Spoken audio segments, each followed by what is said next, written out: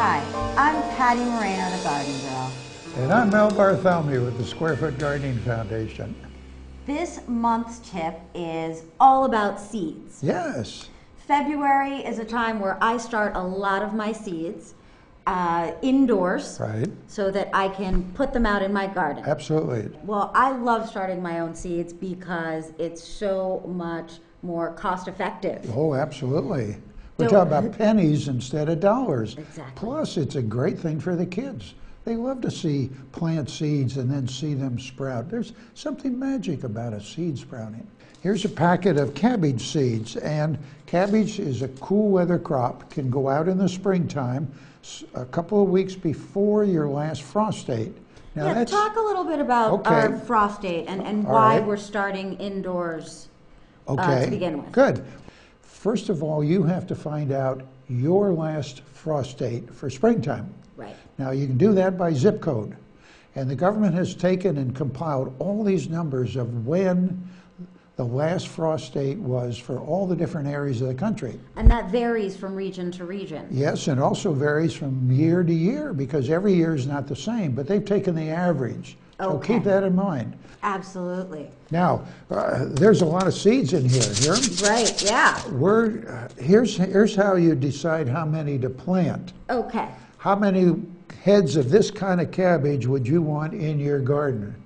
And don't say, oh, I like a lot of cabbage, I'll put in 20, because you're not going to eat 20 heads of cabbage. You might grow some other kinds too, or different colors.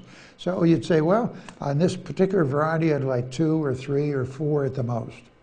And if you want 4 heads of cabbage, then I would plant 8 seeds. Right. And why do we want to plant double the amount of seeds? Just because it satisfies our inner urge to say, what if they don't grow? You know, everyone says, yeah, but what if? That old saying. And you get the kids to help you now by looking at the seeds, pour them out on a white piece of paper, let them take either a pencil or a stick and move them about. Don't touch them with your hands yet because you have oil all over your hands. We're going to plant just 1 cabbage plant in 1 square foot. And if you want 2 cabbages, 2 square feet. If you want 4, 4 square feet.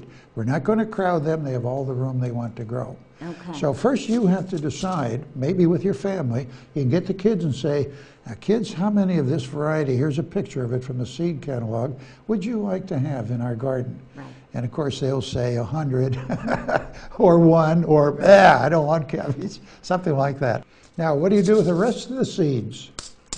You got to store them for later use. Okay. And if you don't store them under the right conditions, the correct conditions, they might go bad in a year or 2. But if you store them in the correct conditions, they'll last for many years. Actually, they'll probably last you 3, 5, 10 years. Imagine that. Now, what are the right conditions? I was just going to say, what are the right conditions? Okay, what well, do we have to do? I find an easy way to remember is you do the opposite is when you want to sprout them. Gotcha. So Now, when you want to sprout them, There's 2 things you need. Right. First is moisture. So you want these in a dry place. Next is warmth. The warmer it is, the faster the seeds will sprout. So you want them in a cool place, not freezing, but cool. And the best thing to do is to put them in a jar like this or a Ziploc bag. Put them in the refrigerator, not the freezer, because they will get freezer burn in there. So put them in the refrigerator, maybe in the back shelf, and you can pull these out every time you want to plant. This cool weather crop we're going to plant again in the fall. So tune in next summer and we'll tell you when to start these seeds for your fall crop.